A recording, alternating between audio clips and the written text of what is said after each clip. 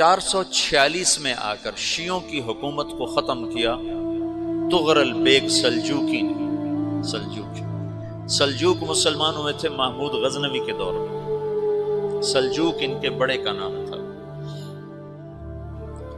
تو ایک دفعہ محمود غزنوی نے سلجوک سے پوچھا اگر مجھے تیری مدد کی ضرورت ہو تو کتنے آدمی پیش کر سکتے ہو؟ تو اس نے ایک تیر دیا، کہا یہ ایک تیر ہے میرا،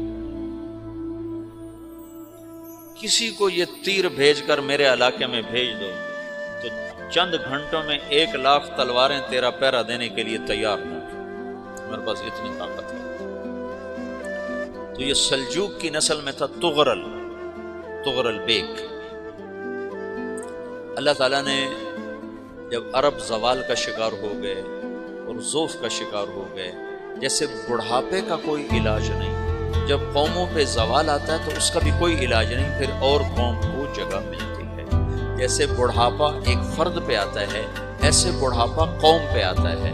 قوم کا بڑھاپا جوانی میں نہیں لوٹ سکتا، جیسے فرد کا بڑھاپا جوانی کی طرف نہیں لوٹ سکتا، قوم کا بڑھاپا جوانی کی طرف نہیں لوٹ سکتا۔ کوئی علاج نہیں، نئی نسل کا آنا ہی علاج ہے۔ تو عرب دھل چکے تھے، 600 سال بہت ہوتے ہیں حکومت کو، اپنی صفات گم کر چکے تھے، اب نئے خون کی ضرورت تھی۔ تغرل بیگ پہلا شخص تھا جس نے آ کر اہل سنت والجماعت کو استحکام بخشا، شیعوں کی حکومت کو ختم کیا، بغداد سے، شام سے، ان سارے علاقوں سے۔ صلاح الدین ایوبی نے اسماعیلی شیعہ کی حکومت کو ختم کیا، مصر۔ العاضد ان کا آخری خلیفہ تھا۔ صلاح الدین ایوبی نور الدین زنگی رحمۃ اللہ علیہ کا پروردہ تھا، اس کا دوست تھا، اس کے دوست بھی تھا، بچہ بھی تھا، اس کے سامنے زیادہ لکھنے پڑھنے کا شوق تھا۔ پھر اللہ تعالیٰ نے اس سے کام لیا اور اس کو مصر کا گورنر بنا کے بھیجا، مصر کی مدد کے لیے بھیجا۔ تو وہاں اس نے صلاح الدین ایوبی نے وہاں ختم کیا، تغرل بیگ نے یہاں ختم کیا۔ تو پھر سلجوک جو تھے نا، یہ اقتدار میں آئے۔ ادھر ختم ہو گئی سلطنت بنو عباس کی، مصر ایک چھوٹی سی ترکوں کی سلطنت ہے۔ تو اللہ تعالیٰ پھر مرکزیت کے لیے ایک نظام چلا، دو لشکر آپس میں لڑ رہے ہیں ایک میدان، ایک جنگلی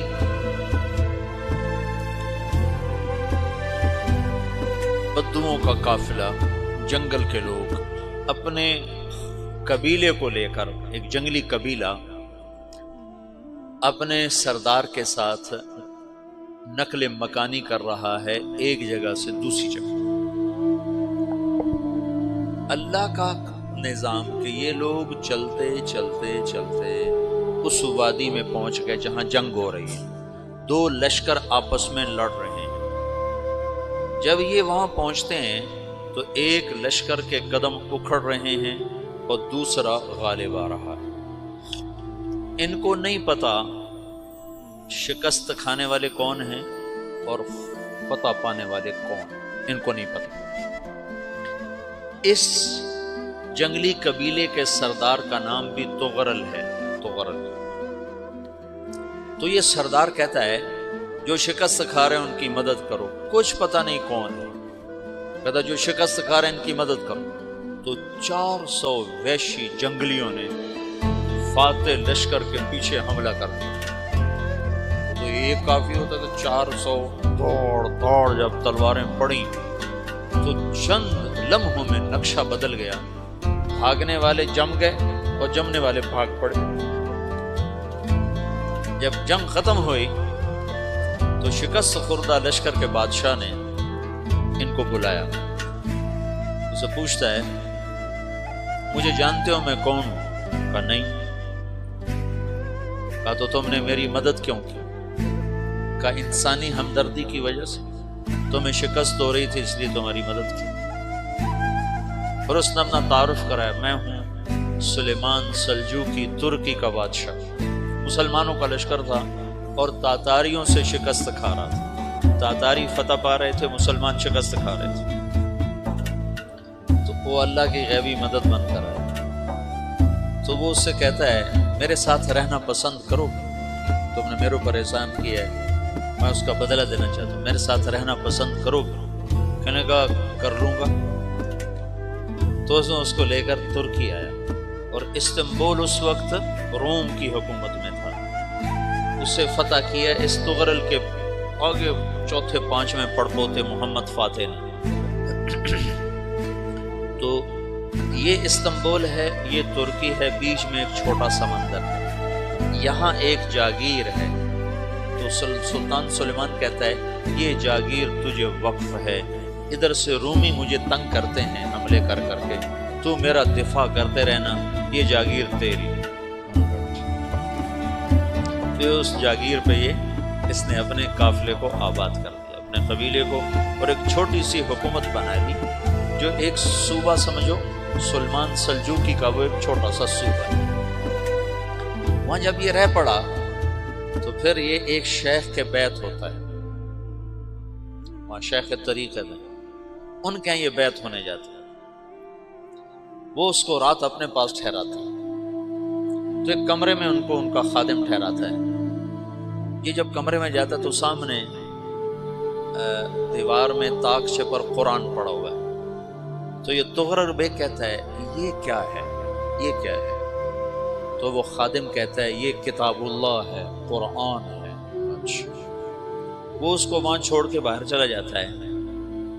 وہ دیہاتی آدمی، جنگل کا رہنے والا، پہلی دفعہ زندگی میں قرآن دیکھا، وہ کہتا ہے یہ قرآن ہے، اللہ کی کتاب ہے، میں اللہ کی کتاب کے سامنے سو جاؤں، کتنی بے ادبی ہے۔ تو اس نے ایسے قرآن اٹھایا اور سر پہ رکھ لیا اور کھڑا ہو، ساری رات قرآن سر پہ رکھ کے کھڑا رہا۔ رات کے پچھلے پہر اس کو خواب آیا،